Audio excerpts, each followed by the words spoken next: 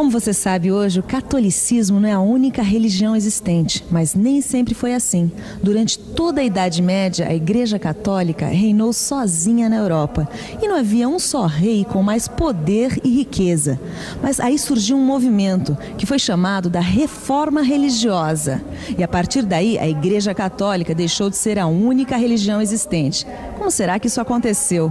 Como foi possível enfrentar a supremacia da Igreja Católica? Tudo isso e mais um pouco que nós vamos ver nesta teleaula, cujo tema será a Reforma Religiosa.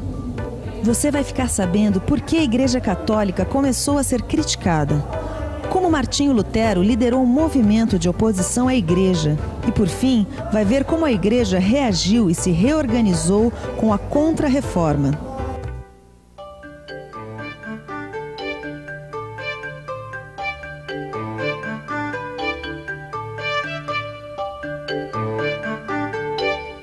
Antes da gente começar a falar sobre a reforma religiosa em si, vamos tentar entender o que estava acontecendo na Europa naquele momento. Como você já viu em outras teleaulas, durante toda a Idade Média, a maior parte da Europa esteve dividida em feudos. Os feudos eram pequenos núcleos econômicos autossuficientes e governados pelos senhores feudais.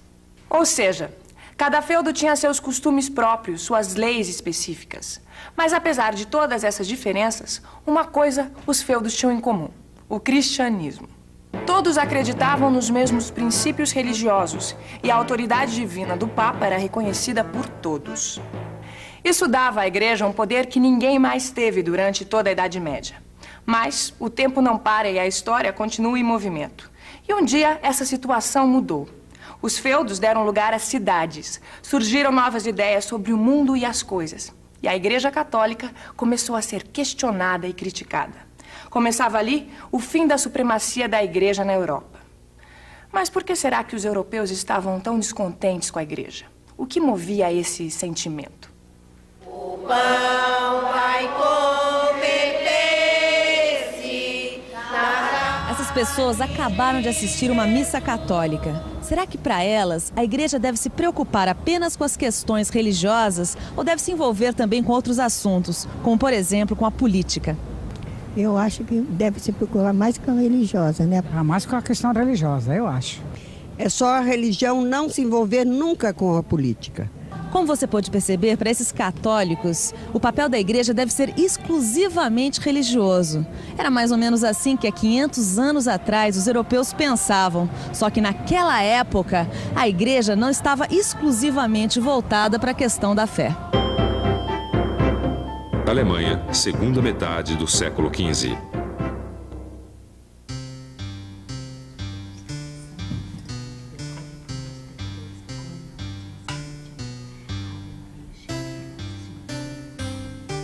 Mas o que tanto reza, mulher?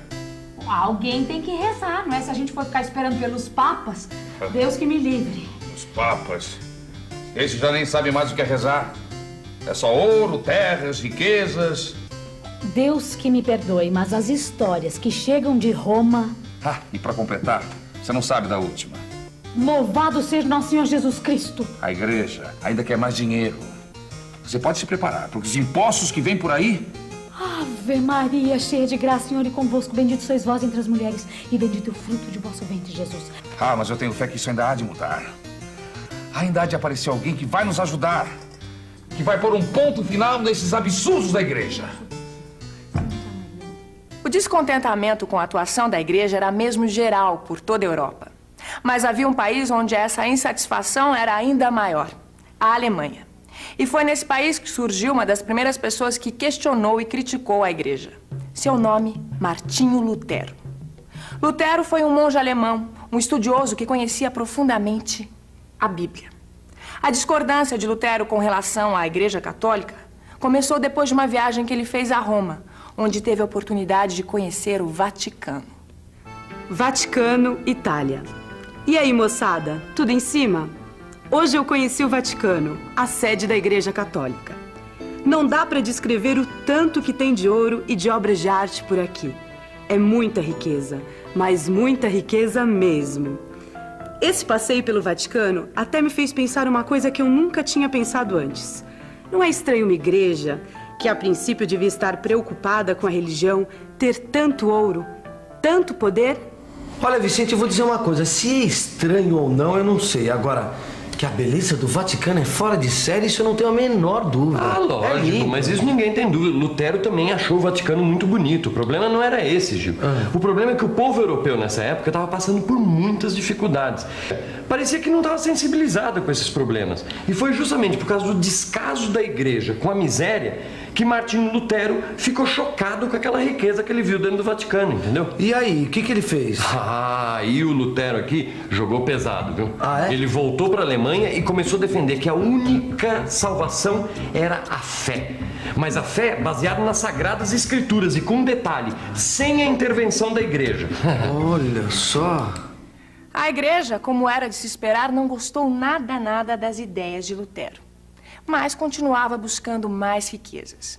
Em 1517, o Papa Leão X teve uma ideia que realmente chocou muita gente.